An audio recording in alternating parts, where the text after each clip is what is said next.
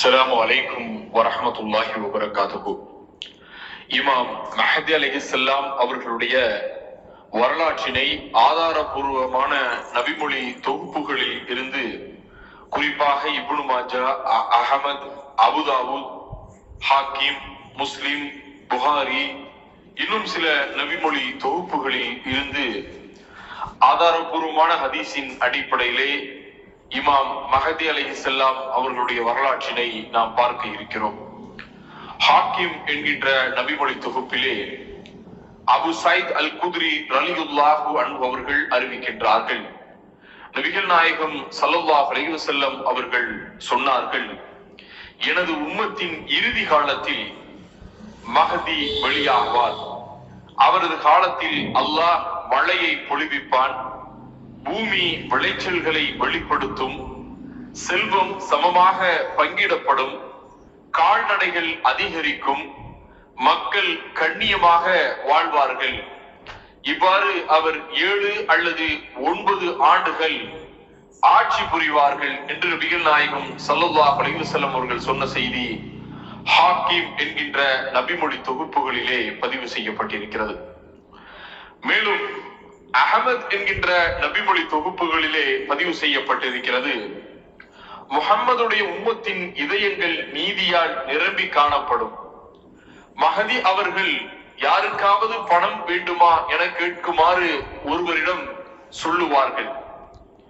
அப்போது அவர் மக்களிடம் வந்து யாருக்காவது பணம் தேவையுள்ளதா என கேட்பார். யாருமே தேவை என்று சொல்ல மாட்டார்கள். அந்த அளவிற்கு செல்வம் செழிப்பாக இருக்கும். அந்த காலகட்டத்தில் அவர்கள் ஆட்சி புரிவார்கள். ஒருவர் மட்டும் எனக்கு வேண்டும் என்பார். கஜானாவின் பொறுப்பாளரிடம் சென்று தேவையான பணத்தை வாங்கிக் கொள்ளுமாறு அம்மனிதருக்கு சொல்லப்படும். அந்த நேரத்திலே அவர் கஜானாவிற்கு சென்றதும் கையை விரித்து அள்ளிக் கொள்ளுமாறு கூறப்படும். சென்றவர் தாராளமாக பணத்தை அள்ளி எடுத்துக் கொள்ளுவார். பின்னர் தான் செய்ததை எண்ணி அதற்காக கவலைப்பட்டு முஹம்மதின் உம்மத்தில் மிகவும் பேராசை உடையவனாக இருந்து விட்டேனே என்று கஜானாவிற்கு சென்ற அந்த ஒரு மனிதர் நினைத்து வருத்தப்பட்டு, இல்லை இன்னும் பல பேருக்கு தேவைப்படுமே என்று எண்ணி மீண்டும் கஜானாவிற்கு சென்று தான் எடுத்து வந்த அந்த பணத்தை கொடுப்பார். ஆனால் அந்த பணம் வாங்கப்பட மாட்டாது. அந்த அளவிற்கு செல்வ செழிப்பாக 8 அல்லது 9 ஆண்டுகள் ஆட்சி செய்வார்கள் என்ற இந்த செய்தி அஹமத் என்கின்ற நபிமொழி தொகுப்பிலே பதிவு செய்யப்பட்டிருக்கிறது. மேலும் நபிகள் நாயகம் ஸல்லல்லாஹு அலைஹி வஸல்லம் அவர்கள் சொன்ன செய்தி இப்னு மாஜாவிலே ஆங்கில மொழியாக்கத்திலே 4085வது ஹதீஸாக, ஒரே இரவிலே அல்லாஹ் அவரை ஆட்சி செய்வதற்கு தகுதியானவராக ஆக்கி விடுவான் என நபிகள் நாயகம் ஸல்லல்லாஹு அலைஹி வஸல்லம் அவர்கள் கூறிய இந்த செய்தி இப்னு மாஜாவிலும் மேலும் அஹமதிலும் பதிவு செய்யப்பட்டிருக்கிறது. மஹதி அலைஹிஸ்ஸலாம் அவர்கள் விருப்பம் இல்லாமல் மக்களால் அவர் தலைவராக தேர்ந்தெடுக்கப்படுவார். அதாவது இங்கே நாம் கவனிக்க வேண்டியது, நான் தான் மஹதி என்பதை அவர் உறுதியாக முன்கூட்டியே அறிந்தெடுக்க மாட்டார். நான் தான் ஆட்சிக்கு தகுதியானவர் என்றோ கிலாஃபத் எனக்குரியது என்றோ அவர் வாதிட மாட்டார். ஆட்சி பொறுப்பை வெறுப்பவராக இருப்பார். மக்கள் தாமாக முன்வந்து அவரிடம் பைஅத் செய்வார்கள். ஆட்சி செய்வதற்கு தகுதியானவராக அவரை அல்லாஹ் ஒரே இரவில் ஆக்கி விடுவான். அதாவது ஆளுமை, இஸ்லாமிய அறிவு, ஞானம், நீதம் காணப்படும் அவரிடத்திலே. அப்படிப்பட்ட அவரை ஆட்சி பொறுப்பை ஏற்க தகுதியானவராக, வலிமை மிக்கவராக, வீரமுடையவராக, துணிவு உடையவராக அல்லாஹ் அவருக்கு வழங்குவான். அப்பொழுது மக்கள் எல்லாம் நீங்கள் தான் இந்த ஆட்சிக்கு வர வேண்டிய தகுதியான ஆள் என்று மஹதி அலைஹிஸ்ஸலாம் அவர்களை பார்த்து சொல்லுவார்கள். பைஅத் எடுத்துக் கொள்ளுவார்கள். நீங்கள் தான் எங்களுக்கு தலைவராக இருக்க வேண்டும் என்று சொல்லுவார்கள்.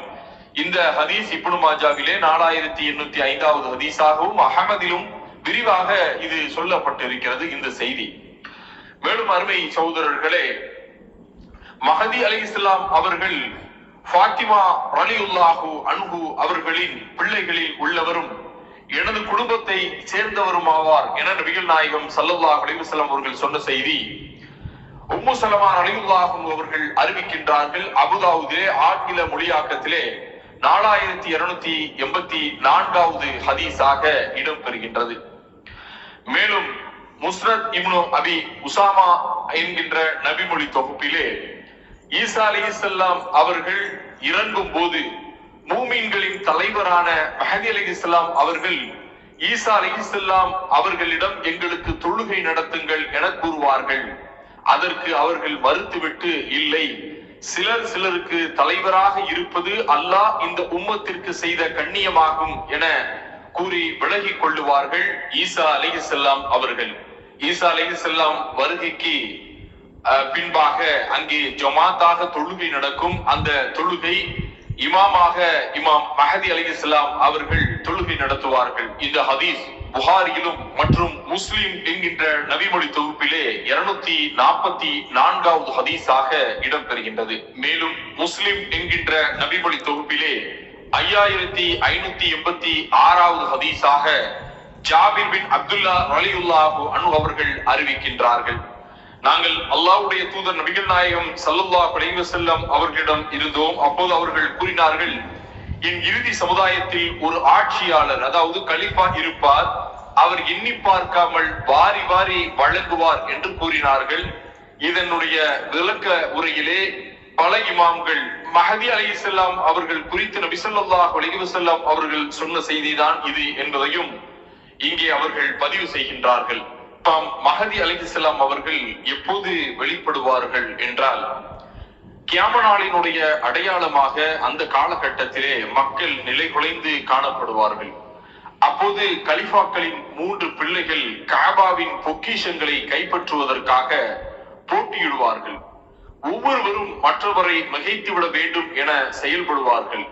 எனினும் அவர்களில் யாருமே அப்பொக்கிஷங்களை பெற மாட்டார்கள். அந்த தருணத்தில் மஹதி அலைஹிஸ்ஸலாம் அவர்கள் மக்காவில் வெளிப்படுவார்கள்.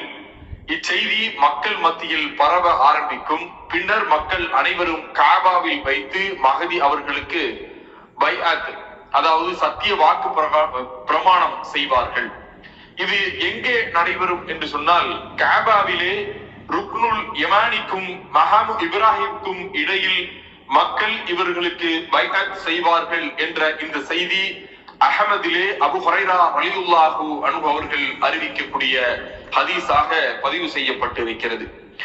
ஆகவே கலிஃபா, அதாவது ஒரு கலிஃபாவுடைய மரணத்திற்கு பின்பாக அவர்களுடைய பிள்ளைகள் ஆட்சி பொறுப்புக்கு வர வேண்டும், காபாவிலே இருக்கக்கூடிய ஒரு பொக்கிஷத்தை கைப்பற்ற வேண்டும் என்று சண்டையிட்டுக் கொள்ளுவார்கள்.